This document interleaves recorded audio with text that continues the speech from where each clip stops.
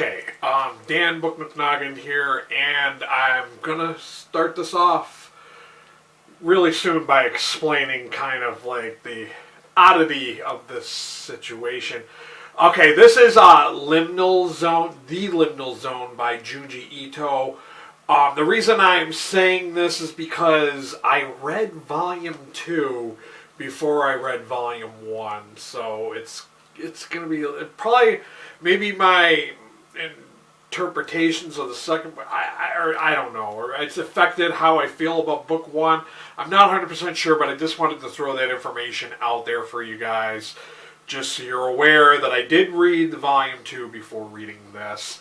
Of course, I should probably explain, if you're not familiar with the term liminal, like a liminal, it's like a transitory, a transition, a transformation. It's that in between two different places, like a here and a now. And it's not here, but it's not now. It's in between those two things. That's liminal, just so you understand. Okay, so one of the things I found interesting about this, because I will admit I'm American, I'm ignorant of Japanese culture and what it's like to live in Japan.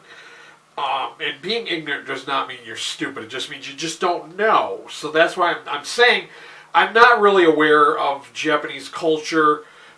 What I do know of it is from, movies and the manga that I have read. So it's very limited. But I was not aware that that Christianity is a thing in Japan. So we got a couple of stories.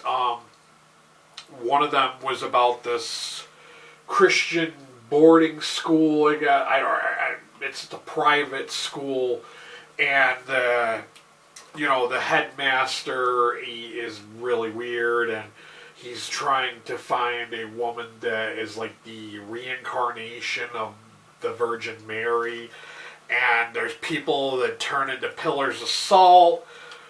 And then there was another story that was kind of similar, and it was about Christianity, but it was about a weeping woman, which I guess is like, it's a traditional thing.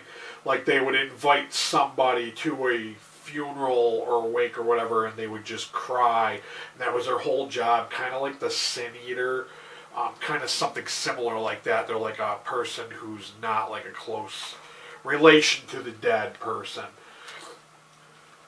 That one was kind of interesting. I mean, there was another one about a serial killer, and, I did enjoy this.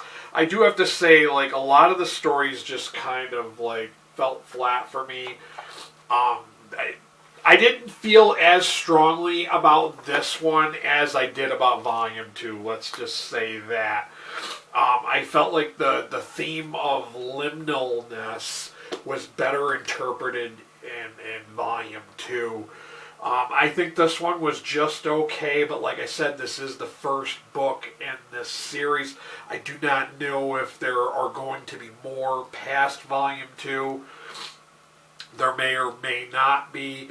But, I just wanted to share. I was almost thinking of not even bothering to talk about this one, because that's how low I thought about it. I gave it a 3 out of 5 star rating on Goodreads. I thought this was just okay. It was an average read for me.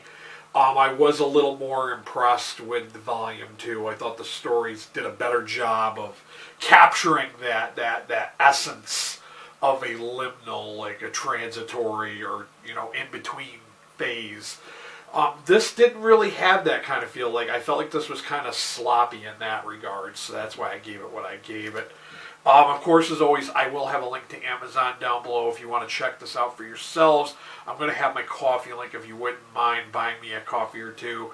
I'm not getting AdSense, so like every little bit helps out if you either buy something through the link or donate to my coffee. And if you're new here, want to find more weird shit to read, go ahead, hit that subscription button, hit that notification bell. And that's all I got for you guys. Till next time.